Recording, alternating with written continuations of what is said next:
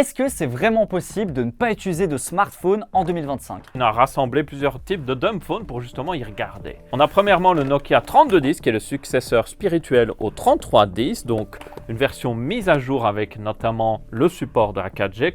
Le but ici c'est de vraiment être simple, mais c'est-à-dire aussi qu'on a un smartphone qui va durer très longtemps sur batterie et vous ne serez pas embêté encore une fois par tout ce qui est applications, réseaux sociaux et tout ça. Combien il coûte selon toi? Bon, je dirais 5 euros.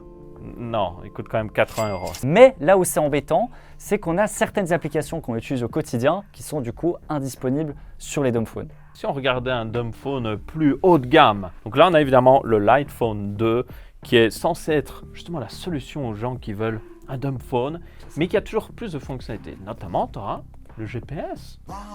En fait, on a donc l'appel, l'alarme, tout ça on peut faire nativement sur l'appareil, mais dès qu'on veut écouter un podcast ou quoi, en fait il faut être sur l'ordinateur et c'est pareil pour la musique. Et ça utilise du coup un écran e-ink. Mais bon, ça c'est la philosophie de ce produit justement, de vous forcer un petit peu à ne pas l'utiliser. Cette philosophie a un prix parce qu'il coûte 299 euros.